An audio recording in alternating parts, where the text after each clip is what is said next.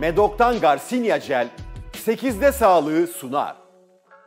8'de Sağlık programına kaldığımız yerden devam ediyoruz. Çok değerli hocamız, kardiyoloji uzmanı Serdar Yılmazer. Hoş geldiniz hocam. Hoş bulduk Nuri Bey, nasılsınız? Hoş geldiniz. Sağ olasın, nasılsınız? Merhabalar Cemile Hanım. Hocam ilk başta şununla başlamak istiyorum. Hipertansiyon nedir? Hipertansiyon çağımızın vebası, ben öyle tarif ediyorum. Çünkü en önemli kalp damar hastalıklarının sebebi ve birçok dolaylı hastalığın da sonucu.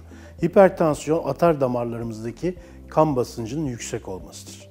Atar damarlarımızda kan akarken bir boru düşünün, bu borunun içinde kan sıvının aktığını düşünün. Orada belli bir basınç uygular değil mi? Bu basıncın çok yüksek olmasını biz hipertansiyon olarak adlandırıyoruz. Tanım olarak yaparsak da herhangi bir doktor ölçümünde, bu tanım olarak bu önemlidir. Yani doktor muayenesi sırasında büyük tansiyonun 14, küçük tansiyonun da 9'un üzerinde ölçülmesine hipertansiyon diyoruz. Yani yüksek tansiyon.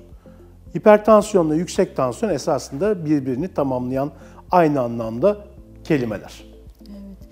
Peki gerçekten tansiyon nedir hocam? Gerçekten tansiyon, atar damarlarımızdaki kan basıncının giderek yükselmesi ve bunun bizi, organ sistemlerimizi, bütün organlarımızı bir süre sonra bozmasıdır. Buradaki en önemli sıkıntı, günlük biz hasta tedavilerimizden çok başımıza geliyor. Hastamızın tansiyonunu ölçüyoruz, yüksek çıkıyor ama benim hiçbir şikayetim yok diyor. Hipertansiyon böyle bir şeydir, sinsi bir hastalıktır. Bütün damar sisteminizi bozar ama size hiçbir şey hissettirmez. Hocam kan basıncı yüksekliği ile hipertansiyon aynı süreç mi, aynı şeyler mi yoksa farklı kavramlar mı? Esasında ikisi de aynı kavramlar. Kan basıncı yüksekliği ile hipertansiyon aynı kavramlar. Tam tanımına bakacak olursak, biraz evvel de söylediğim gibi tansiyon ölçümünde büyük 14, küçüğün 9'un üstünde ölçülmesi ve 2 kez ayrı zamanlarda böyle ölçümün elde edilmesi bize hipertansiyon yani yüksek tansiyon tanısını koyduruyor. Bunu kitabi olarak artık net olarak söyleyebiliyoruz. Ve bundan sonra şunu da unutmamak lazım, hipertansiyon kronik bir hastalıktır. Yani bir şeker hastalığı gibi, bir kireçlenme gibi sizi ömür boyu takip edecek bir hastalıktır. O yüzden hipertansiyon üzerinde çok durmamız lazım çünkü gerçekten çağımızın vebası. Evet. Peki hipertansiyonu nasıl teşhis yaparız? Teşhis için genellikle çok fazla şikayet vermiyor. Yani biz teşhis ettiğimiz zaman hipertansiyonu hastalarımızın çoğunun şikayeti olmuyor. En önemli şikayet denk gelirsek eğer baş ağrısı, genel bir gerginlik hissidir. Yani tansiyon yükseldikçe baş ağrısı ve gerginlik hissi çok daha artar. Bazı hastalarımız ensemizden böyle arkaya doğru bir baş ağrısı çıkıyor der. Bazısı böyle başım böyle kazan gibi veya genel bir halsizlik yapabiliyor ama bu %25 oranında, %75 hastamızda herhangi bir şikayet tespit etmiyoruz. Şans eseri ölçülen tansiyon yüksek çıkıyor. Bir akrabasının hipertansiyonu oluyor. O tansiyonu ölçerken senin de tansiyonuna bakayım diyor. Bir ölçüyorlar 16'ya 9, 17'ye 10. Senin tansiyonun yüksek. Benim bir şikayetim yok. Evet işte böyle bir hastalık. Yani direnç mi geliştirmiş oluyor hocam vücut öyle bir durumda? Yani nasıl hissetmiyor yüksek tansiyonu? Normalde baş ağrısı, halsizlik, yorgunluk gibi şikayetlerin olması lazım bu kadar yüksek tansiyonda. Ama gerçekten bazı hastaların tansiyonları 20'yi 10'ları bile gördüğü halde hasta hiçbir şikayetinin olmadığını, hiçbir belirtisinin olmadığını söylüyor. Bu nasıl bir durum? Kişisel farklılıklar çok fazla oluyor. Bireyden bireye çok fazla değişiklik var. Bir de hipertansiyon yavaş yavaş gelişen bir hastalıktır. Yani sizin dün tansiyonunuz 12'ye 7 iken bugün 20'ye 10 olsa acil servislik olursunuz. Ama hipertansiyon hastalığının gelişiminde süreç en az 4-5 seneliktir. Yani biz teşhis ettiğimiz zaman, bize hastamız polikliniğe geldiği zaman en az 4-5 sene geriden başlayan bir hipertansiyon vardır. O yüzden de Nuri Bey'in belirttiği gibi yavaş yavaş bir direnç gelişimi olur. Direnç gelişimi olunca da hasta 17-10, 18-10, 17-9 gibi tansiyonlarla hiçbir şikayeti olmaz. Evet. Biz de genelde karşılaşıyoruz hocam. Yani bir yere misafirliğe gittiğimizde hemen böyle bir tane mavi bir şeyin içinde bir cihaz çıkıyor. İşte oradaki herkesin tansiyonu ölçülüyor. Özellikle birinin tansiyonu varsa gel sende de olabilir ya da yanına böyle bir arkadaş bulmak gibi. Hadi gel sen de tansiyonunu ölçeyim diyor. Peki bu evde ölçülen cihazlarla acillerde kullanılan cihazlar aynı mı? Ya da bu evde kullandığımız cihazların gerçekten bir güvenilirliği var mı? Doğru sonuçlar veriyor mu? Çok güzel bir konu, çok önemli bir konu. Çünkü bizim poliklinikte her gün çok sık rastladığımız bir soru bu. Ve dikkat edilmesi gereken bir nokta. En başta tansiyonu nasıl ölçmeliyiz? Bu konuya bir netlik kazandırmamız lazım.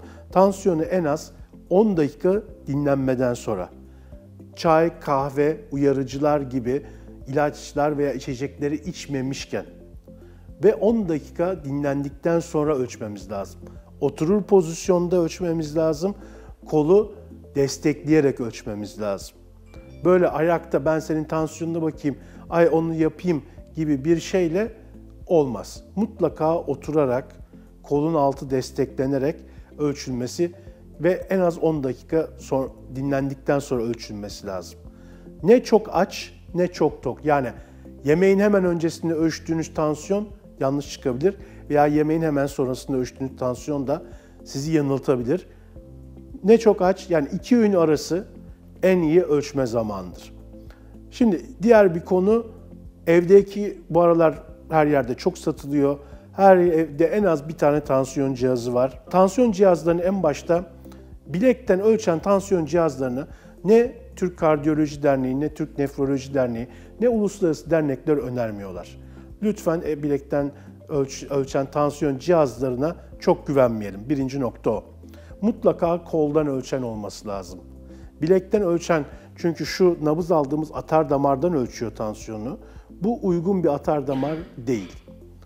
O yüzden koldan ölçen olması lazım. Ve o kola sardığımız bizim manşon dediğimiz kısım kol çapına uygun olması lazım. Yani bir Cemile Hanım gibi ince kollu birisiyle evet. Ben de benim tane gibi, dönüyor. Benim kolum gibi kişilere aynı manşon uymaz. Evet. Kolun çevresine uygun olması lazım. Üçüncüsü, mutlaka cihazın kalibrasyonlarının düzgün yapılmış olması lazım. Yani düzgün ölçtüğüne emin olmamız lazım. O yüzden de merdiven altı değil, bu konuda kaliteli markaların cihazlarını kullanmak lazım. Dördüncüsü, bütün tansiyon cihazlarında kullanılan pillerin ayda bir değiştirilmesi ve alkalin pil olması gerekiyor. Diğer piller içindeki motoru tam olarak çalıştıramadığı için gene yanlış sonuçlar çıkabiliyor. Bu konuda benim marka vermem doğru olmaz ama Türk Hipertansiyon Derneği'nin uzlaşı raporu var. Bu konuda Türkiye'deki en otorite kurumdur. Bu Türk Hipertansiyon Derneği'nin web sitesinde hastalarımız hangi cihazın uygun olduğunu, hangi markanın uygun olduğunu ve o markaların altında hangi modellerin uygun olduğunu rahat bir şekilde görebilirler. Hocam peki şimdi hastanız geldi, şikayetlerini anlattı ve siz de hipertansiyon olduğuna karar verdiniz. Tedavi süreci belli bir süreyi mi kapsıyor, yoksa artık siz ömür boyu tedavi altında olacaksınız mı diyorsunuz? Açıkçası bu bir kronik hastalık ve hipertansiyon tedavisi ömür boyu devam eder Cemile Hanım. Bu noktada ömür boyu, yani sizi takip edecek bir hastalıktır bu ve ömür boyu düzenli tedavi sürecine mutlaka uymanız lazım. Biz hipertansiyon tedavisini ikiye ayırıyoruz. Bir, ilaç dışı yöntemler, iki, ilaçlar. İlaç dışı yöntemler tabii ki ilk başta mutlaka onların riayet edilmesini istiyoruz. En başta tuz alımının kısıtlanması, bu çok önemli.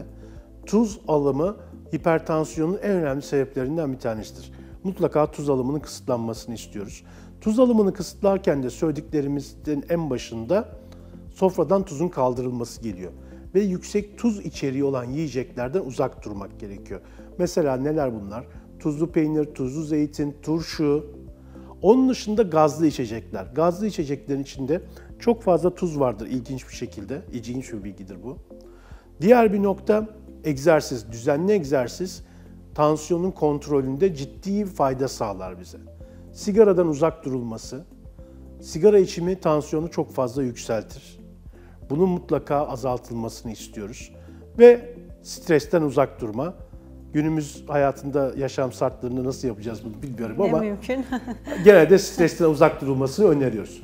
İlaç tedavisine gelecek olursak, ilaç tedavisi ömür boyu devam edecek bir tedavidir. Her gün düzenli tansiyon ilacının içilmesi gerekir. Şimdi hastalarımızdan bize şöyle bir soru geliyor. Ben ömür boyu ilaç içiyorum, bu benim karaciğerimi, böbreğimi etkilemez mi, bozmaz mı? Hayır, bozmaz. Bozma ihtimali çok düşük. Ama tansiyonunuzu tedavi etmezsek, siz 20 tansiyonla tedavisiz dolaşırsanız o zaman böbreğinizin bozulma olasılığı 1000 kat daha fazla. Evet. O yüzden her gün düzenli ilaç içilmesi lazım. Ama hipertansiyon tedavisi kolay bir tedavi değildir. Bireyselleştirilmesi gerekir. Yani size verdiğim ilaç Nuri Bey'e etki etmez. Nuri Bey'e verdiğim ilaç Ayşe Hanım'a etki etmez. Çünkü bireysel metabolizma farklılıkları çok fazladır. O yüzden düzenli hekim kontrolünde olmak ve hekimin söylediği yolda devam etmek çok önemlidir. Hocam çok teşekkürler. Ayağınıza sağlık. Teşekkür ederim ediyoruz. Ne demek? Bugün kardiyoloji uzmanı Serdar Yılmazer'i konuk ettik. 8'de sağlık programı hız kesmeden devam ediyoruz. Medok'tan Garcinia Jel 8'de sağlığı sundu.